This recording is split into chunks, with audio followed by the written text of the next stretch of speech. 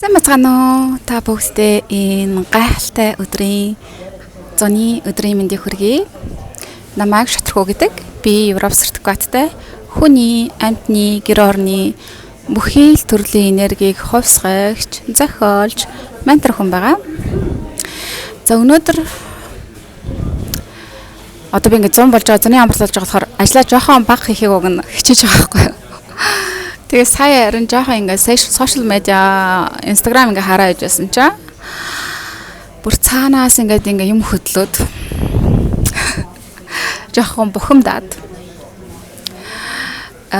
одоо энэ дэлхийн олон улсад болж байгаа зүйлсүүдийн талаар ярилцахыг хүсэж байна л да. За энэ юу вэ? Юу болоод байна гэхлээр тийм ээ? Европын маш олон орноор ганц Европт биш. Бас өөр өчнөө олон орнуудаар төмөр гарч байна. Франц, Испани, Итали, Норвей, Скотланд. За өөр өчнөө олон орнууд байсан. Тэр улсуудаар за Канада тийм ээ гээд өчнөө олон орнуудаар маш их хүчтэй галт төмөр гарч байна. Сүүлийн тоногудад. Өнгөрсөн удаагт би бас гадаа ингээд явж байхад хүртэл надад юм галт төмрийн өнөр мэдрэгдэж байсан байхгүй. За тэгээд бас өчигдөрхөн маш олон оронд 9 оронд зэрэг шахуу газар хөдлөлт болсон байна. За энэ явдлын талаар ярилцахыг хүсэж байна л да. Тийм ээ. Ер нь бол дэлхийг дөргиж байгаа асуудал байгаа даа. За өнгөрсөн жил ч гэсэн бас LA-д бас маш том төмөр гарсан шүү дээ. Тийм. Америкт тэгээ маш олон хүмүүсүүд гэр орноо алдсан байгаа даа. За энэ Европт болж байгаа төмрөөс болоод ч гэсэн маш олон хүмүүсүүд амьдарч байгаа гэр орноо орхих, эсвэл амьдарч байгаа гэр орн төмөрт өртсөн. Тэ? Ингээд маш том гар зохирлуудад учирч байгаа үйл явдал маш их болж байна. За дээрэс нь одоо ингээ газар хөдлөлт гэдэг тийм ээ. За өөр юу ч төлөвлөгдөж яж магадгүй. За энэ яг юутай холбоотой вэ? Яг үнэхээр байгалийн үзэгдэл үү? Энэ жил бас Европт 5 сараас эхлээд маш их хүчтэй халж эхэлсэн. 36 бараг 40 хүрч эхэлсэн зарим газруудаар. Одоо ч гэсэн ерөнхийдөө зарим газруудаар ч гэсэн 40-төө бараг 40 гаруй градусын халуунтай байгаа хгүй. За энэ бол юутай холбоотой вэ? Тэ энэ одоо үнэхээр байгалийн үзэгдэл байгаад ингээд бөхчөм хитрхи халуун байгаад гандуу байгаад галт төмөр гараад байгаа мó үгүй мó.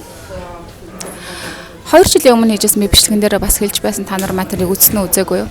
Үзээгүй бас шинэ үзэгч нар байгаа болвол тийм ээ. Энэ байгалийн үзэгдлүүдийг ихэнхийг нь хүний оролцоотой бүр цаашлах юм бол дэлхийг удирдаг сөрөг бисүүд байдгаа гэд би маш олон бичлэгүүдээр хэлдэг. Тэдний гарт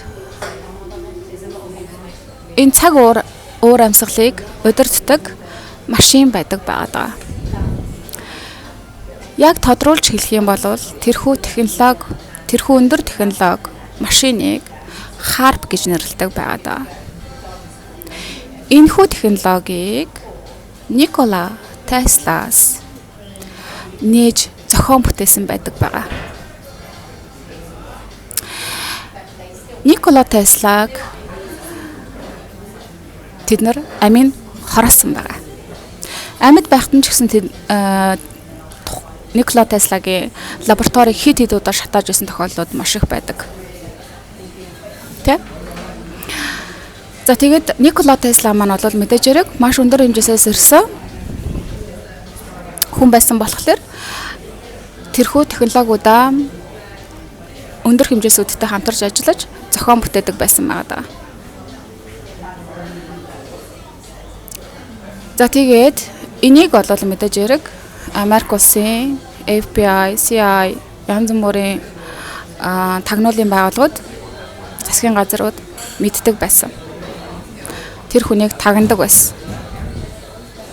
Мэдээж хэрэг Tesla маань бол эерэг талын хүн өөрийнхөө нээлтүүдийг хүн төрөлхтний сайн сайхны төлөө хийж бүтээдэг байсан байна.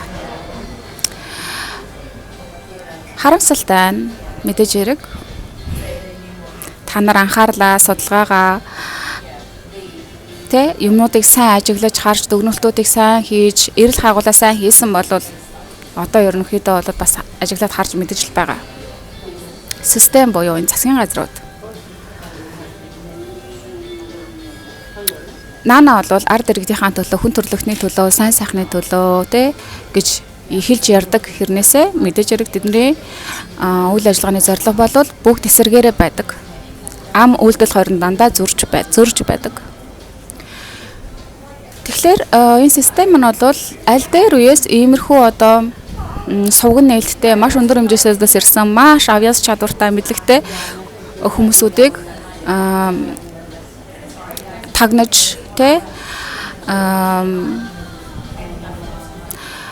боолчлохыг оролдож өөрсдийнхөө талд оруулахыг хичээсээр ирсэн. Тэгээ мэдээж хэрэг маш өндөр энергиэс ирсэн сүнснүүд бол өөрсдөө хэдхэн цаасаар хэдхэн одоо нэг гэлбсэн өнгөлөг эрх мэдэл зэдэл нэр алдар малдар гэснийг тийм юмнуудаар зарчдаггүй байгаа да. Тэд нар бол энд өөрсдөө яах гэж ирсэн бэ, хэн бэ гэдгийг мэдэж байгаа. Энэ систем юуны төлөө ажиллаж байдаг гэдгийг маш сайн мэддэг. Тэгж мөнгөний төлөө өөрийнхөө бүтээлийг, эрхчлөөг, мэдлэгийг, чадварыг худалдах хувьц хэмжээний тийм хямдхан амьтад байдаг байгаа. Тийм болохоор тэд нэр Теслаг амийн хөнөөгөөд Tesla-гийн бүхий л бүтээлүүдийг нь авсан байгаа. Сөрөг бисүүдийн гартад орсон байгаа. Одоо тэрхүү технологиудыг хүн төрөлхтний эсрэг ашиглаж байгаль цаг уур амьсгалыг удирдах байгаа. Одоо хүн болгон дор бүрнээ ажиллаж байгаа. Монголд амьдарч байгаа хүмүүс ч гэсэн Монголд одоо өмнө нь 20 жилийн өмнө тэгж их үйл гардаггүй байсан. Үргэлж өдөр болгон нартай хав халуун бороо орохыг бид нар ч өгсөн хүлээдэг байлаа шүү дээ. Тэгвэл одоо харах нэ бүр байнга өдөр болгон шахуу үйлэрхийг хар зузаан үйлүүдтэй маш их бороотой хүйтэн байна. Европт болохоор гал төмөр нь гараад ингээд хит халуун байгаад байгаа байхгүй тий.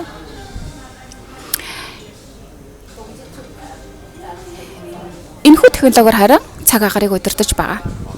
Хүн төрөлхтний энергийг унгаахын тулд шүү. Хүн төрөлхтний энергийг унгааж тийм цагаар эдэг зүйл чинь хүнд айгүй хүчтэйгээр нөлөөлж байгаа байхгүй тийм. Тэгээ янз бүрийн бодисуудыг ингээд тэнгэрээс одоо нэг бидээр хэлж байсан онгоцноос ингээд chemtrails гэдэг бодисыг асгаж зутгаж асгаж ингээд хүн төрөлхтний дээр бидрийг ингээд агаараас ингээд цацаж хордуулдаг бас ногоо урмал одоо ой модод гэх бүхэл амьтад тэр хорн нөлөөлж байдаг байхгүй. Тиймэрхүү байдлуудаар ийм үйлүүдийг үсгэж хар үйлүүдийг гаргаж маш их бороог нь оруулдаг. За тэгээд маш их халууныг үсгэж бөхчөм халууныг үсгэж тэр бөхчөм ямар салхихгүй байлгаа тэр агаар ингэж одоо салхихгүй болохоор яг ингээд цогсцсон халуун бөхчөм байгаад байгаа байхгүй тий. Тэрний юу яаж байна гэхээр сүүлд нь галт төмөр гаргах байдраа хүргэж байгаа байхгүй. Тэгэхээр өнгөрсөн жилийн энэч бай өчнөө өмнө нь олон жилийн бас Amazon интернет бас өчнөө олон төмрүүд олон сүүлийн олон жил маш их гарсан шүү дээ. Олон гой гайхалтай байгалуудыг устгасан. Ой модуудыг устгасан. Галт төмөр гарчлаа гэдэг нэрийн дор. Ард иргэд маш олон ард иргэд хохирч үлддэг, гэр оронгүй болж хохирдог. Инхээр яг хүн төрөлхтний энерги маш доод хэмжээсэд унж байгаа байхгүй юу? Одоо болохоор эрэг энергиуд бүр ингээ манай дэлхийн ингээд маш өндөр энерги рүү явж орж байгаа болохоор энэ сөрөг хүчүүд бүр ерөөсөө ингээд хүн төрөлхтний энерги бүр хүчээр өндөр энерги нь оруулахгүй доод хэмжээсүүд нь барихын тулд бүр ингээд хамаг арга хэмжээг авч байна. За энэ юуг илэрхийлж байна гэхлээр ерөнхийдөө бол одоо хүн төрөлхтөө нэг алтан эрэм буюу 5D хэмжээс рүү орох мөч ойртоод байгаа болохоор тэд нар бүр ингээд ерөөсө устгагдах тэдний одоо орон зай ер нь үгүй болох маш их ойртчиход байгаа болохоор тэд нар бүр ингээд бүхий л арга хэмжээсүүдийг авч те хүн төрөлхтнийг айцын сөрөг энэ доод хэмжээсүүдэнд барихын тулд бүх одоо арга хэмжээнүүд авч байгаа аахгүй юу. Тэд нар хизээ оршин тогтнодог вэ гэхлээр маш доод хэмжээсүүд хүн төрөлхтөн маш доод хэмжээсүүдэд оршиж байгаа хүн төрөлхтөн хүн болгон өөрөөсөөс ийм доод хэмжээсийн энергиудыг ялгаруулж байх уу. Тэд нар хүч авч тэдний орон зай бүр их тэлж өгдөг аахгүй юу. Одоо энэ байдлууд бүр ингээ хомигдож өгч байгаа болохоор тэд нар оршин тогтнохын тулд хүн төрөлхтөнд маш амар айц төгшөр хоосрол төөрцөн мэдрэмж рүү бүр учраа олохгүй байгаа байдал руу аваачихын тулд ийм зүйлүүдийг хийж байна. Нэг талаасаа харамсалтай нь гэх юм бол энэ байдлууд ойрын жилүүдэд бүр ихсэх болно. Нөгөө талаас нь азтай эрэг тал нь юу вэ гэхээр энэ юу илэрхийлж байна гэхээр манай дэлхийд маш олон сөрөг зүйлсүүд ихсэж байх тусам энэ маань бол юу илэрхийлж байна гэхээр маш том одоо гэрлийн эерэг энергиуд ингээд бүр төрөн гарч одоо энэ дэлхийг эзэгнэх явц руугаа орж байгаагийн шинж ахгүй юу. Тийм болохоор одоо болохоор энэ эерэг энергиуд сөрөг энергиуд хоорондоо ингэж тэмцэлдэж байгаа гэсэн үг. Сөрөг энергиуд манай дэлхийг орхихыг хүсэхгүй байгаа. Манай дэлхийг боолчлоор хിവэрэ байхыг хүсэж байгаа болохоор бүхий л одоо маш сөрөг зүйлсүүдийг хийсээр ирсэн одоо тэр ажлуудаа бүр их хөндрүүлж ирж байгаа. Яагаад гэх юм бол одоо тэдний ийм бусармаг үйл явдлуудыг ойлгож байгаа хүмүүсүүдийн тоо маш их ихсэж байна. Хүмүүсүүд нүдтэй ирнээсээ жигнэсээ юмнуудыг ажиглаж харж мэддэггүй байсан бол одоо үнэхээр мэлмийн нээгдэж байгаа. Маш олон хүмүүсүүд. Тийм болохоор одоо бидний өөрсдөө дээр хийх чухал зүйл юу вэ гэхлээр энэ мэдээг үздэг одоо сошиал медиад суудаг хэрэггүй мэдээллүүдээр тархиад дүүргдэг тэр чинээгээрээ доод энерги рүү явж орж өөрийнхөө энергийг унагадаг биш. Анхаарлаа гадагшаа өгдөг биш. Одоо өөрийнхөө дотогшоо өндөж өөртөө суух, өөртөө тайвширцах, амьдралаа эргэцүүлэх, өөртөө дүгнэлт хийх энэ цагийг гаргах хэрэгтэй. Өчигдөр сургалтын дээрээ бид бурханчлаг оршихуйн онлайн сургалтын дээр манай нэг эгч маань хэлж байсан л та. Миний сургалтанд ерөнхийдөө бол нэлээд амьдралын туршлагатай юм үзсэн хүмүүсээс суудаг. Яагаад гэх юм бол тэд нар миний ярьж байгаа зүйлүүдийг ойлгоод байдаг болохоор тэр. Үний юм яриад байдаг гэдгийг наадах цаадахыг ойлгодог болохоор тэр. За тэгээд тэр нэг сууж байгаа эгч маань нэлээд амьдралын туршлагатай, маш туршлагатай эгч. 72 настай эгч маань хэлж байгаа байхгүй юу? Би одоо ингээд маш их завгүй байгаа. Ингээд олон зүйлүүдийг хийдгээ. Тэгээ ингээд зүгээр суух гэхээр янз бүрийн бодлоод орж ирээд ингээд сонин байдал руу явуулж оруулах гэдэг, сэтгэл санаагаар хямраачих гэдэг гэж хэлж байсан. Ийм байдалтай хүмүүсд маш их амьдарч байгаа. Ганц тэр ихч биш. Хүн болгоо зүгээр суухыг хүсдэггүй. Угаасаа бид нарыг багаас ингээд програмчлсан юм чи яах вэ? Зүгээр сууж болохгүй шүү. Чи зүгээр суух юм бол маш залхуу амьтан болчихноо. Арчаагүй залхуу юм болчихно. Тийм болохоор зүгээр сууж болохгүй.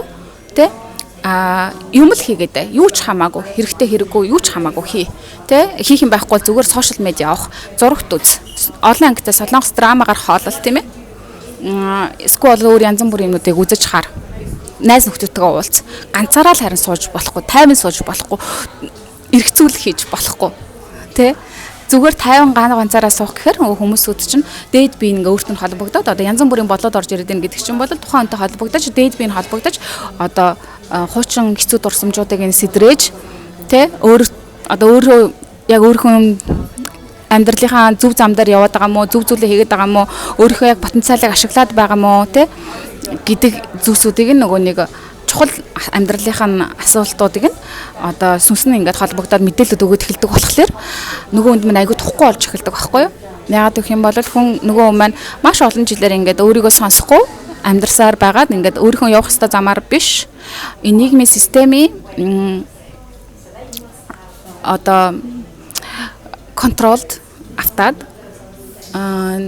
тэдний одоо тушаалаар тэдний хүслээр амьдрсаар байгаад хинч биш болоод хувирчихсан. Тэгээд зүгээр суугаа 50 орчинд байх гэхлээр дотор хүн ингээд холбогдож эхлэх гэдэг байхгүй дээд би ингээ нөгөөнтэй ярьж эхлэх байхгүй юу чи буруу юм хийгээд байна штэ чи энийг хийхийн тулд энэ дэлхийд ирээгүй шүү гэдгийг сануулж хэлдэг байхгүй тэгээ энэ дуу хоолойноос маш олон хүмүүсүүд зүгтдэг одоо бид нар энэ дуу хоолойтойгоо нүүр тулах хэрэгтэй энэ ажлаасаа битгий зүгтаад бай үе өөртөө өдөр болго ядаж дор хаяж 10 минут ч юм уу тийм ээ 30 минут ч юм уу өөртөө байх амьдралаа эргэцүүлэх өөртөө дүгнэлт хийх амьдралаа зөв зам руу чиглүүлэх өөртөө энэ ухамсарын тэлэлтийг хийх хөгжих боломжийг олгох энэ цаг боломжийг олгооч өөртөө энэ цэвэрлэгийн хангаалтуудыг хийгээч гэдгийг бас та нарт сануулan хэлхийг хүслээ. Тийм болохоор бид нар одоо иймэрхүү чухал зүйлүүдийг ойлгох хэрэгтэй. Байгалийн үзэгдэл юм байна яана ийнэ гэд ингээд тэр мэдээнүүдэд нь автаад итгээд хууртагдаад өөрийнхөө энергийг найзын мэдрэмж рүү аваачиж ерөөсөө болохгүй шүү гэдгийг та нартаа сануулan хэлхийг хүсэж байна. Тэгэд та нар маань энэ бичлэгийг цааш нь хэрэгтэй хүмүүсүүд нь шеэр хийж өгөөрэй. Лайка дараарай. Сувгийг маань subscribe хийгээрэй. За тэгээд комментэн дээр өөрийгөө мөнхийн хайрын гэрлийн энерги мэдэрч байгаа бүх хүмүүсүүд маань яг комментэн дээр би бол мөнхийн хайрын гэрлийн энерги гэж бичээрэй. Тэгээд та нарт маань хэрвээ энергийн ангаалт, цэвэрлэгээ дээд биетэйгээ холбогдох, өвөг дээдстэйгээ холбогдох, мэдээлэл авах, өнгөрсөн амьдралаараа аялаж өөрхөн одоо өөрчлөн тохиолдоод байгаа учрын нарийн үүслийнх нь хариултыг авахыг хүсэж байгаа бол ирээдүйн цаг руу бас аялаж ямар шийдвэрүүдийг гаргах хэрэгтэй байна гэдэг ч юм уу. Ийм чухал зөвлөгөөнүүдийг бас өндөр хэмжээсүүдээс бол өөрийнхөө дээд биеэс авахыг хүсэж байх юм бол бас надтай холбогдорой. Тэгээд энэ талаарх миний хийдэг бүх сешнуудын талаарх бүх мэдээлэлүүд энэ бичлэгийн доорх description хэсэгт орсон байдаг болохоор та нар маань тийш орж бас танилцаарай. Холбоо барих хэрэгслүүд бүгдээрээ тэнд байж байгаа. Тэгээд бичлэгийг маань энэ хүртэл үзсэн та нартаа маш их баярлалаа. Бид нар одоо энэ чухал цаг үед амьдарч байгаа болохоор үргэлж өөрсдөө хөө анхаарлыг төвлөрдөг эерэг зүйлсүүд дээр барьж сурах хэрэгтэй шүү. Өөрийнхөө энерги цаг хугацаа төвлөрлөө дандаа эерэг зүйлсүүдэд өгнө. Утгагүй дараагийн хамтлагаар уулзъя. Түр баяртай.